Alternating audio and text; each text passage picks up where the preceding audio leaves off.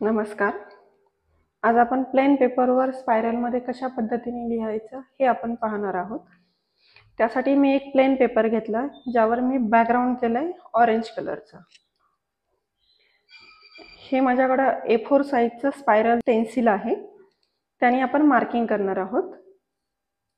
हे जे पेन्सिल आहे ते जेव्हा आपण ड्रॉ करतो हे सर्कल, तेव्हा बऱ्याचदा असं होतं की आपल्याला ते व्यवस्थित जमत नाही. त्यावेळेस हे जे स्पायरल आहे हे आपल्याला खूप हेल्पफुल ठरतं. लीड पेन्सिलने मी आधी ड्रॉइंग करून घेते. ह्या स्पायरलमध्ये तुम्ही 2 नंबरची नीप किंवा 3 नंबर 4 नंबर ह्या तिन्हींपैकी कोणत्याही एका नीपने तुम्ही लिहू शकता. आता आज मी लिहिण्यासाठी 2 नंबरची नीप यूज करणार आहे.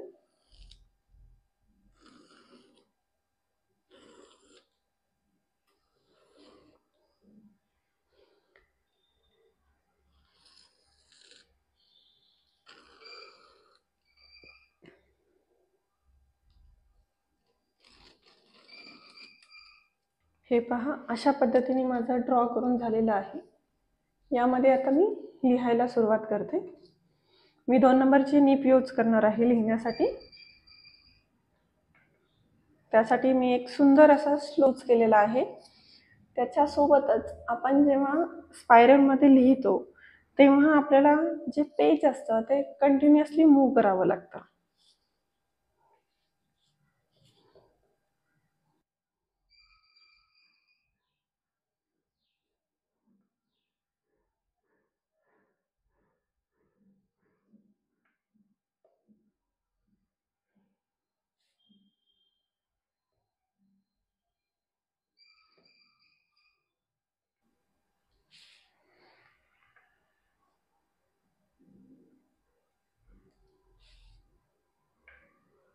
जेव्हा आपला एक सर्कल कंप्लीट होतो,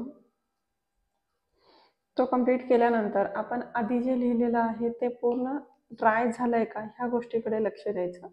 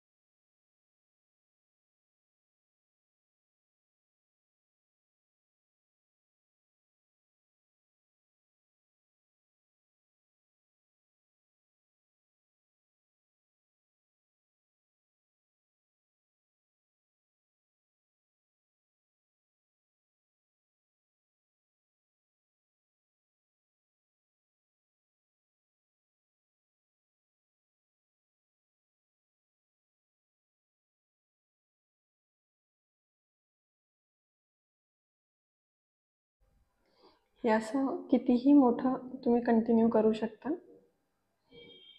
जेवढं तुमचं कंटेंट असेल त्याच्यानुसार तुम्ही हे सर्कल जे आहे ते पुढे कंटिन्यू करू शकता.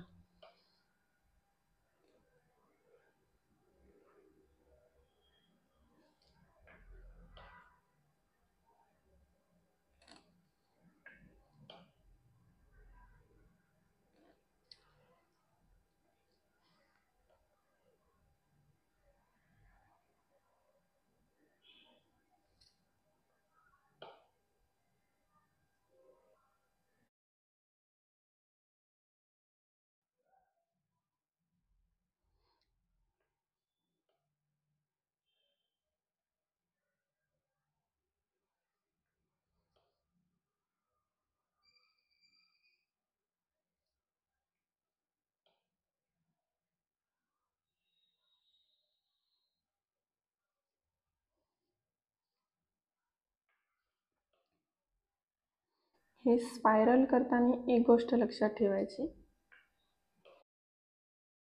जेव्हा आपण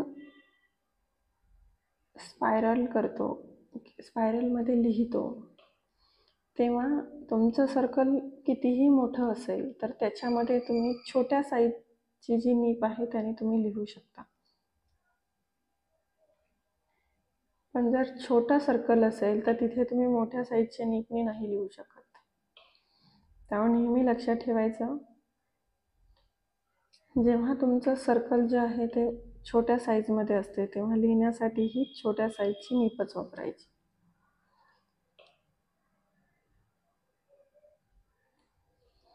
छोट्या सर्कलमध्ये छोट्या नीपने लिहायचं की जेणेकरून ते एकदम छान दिसतं.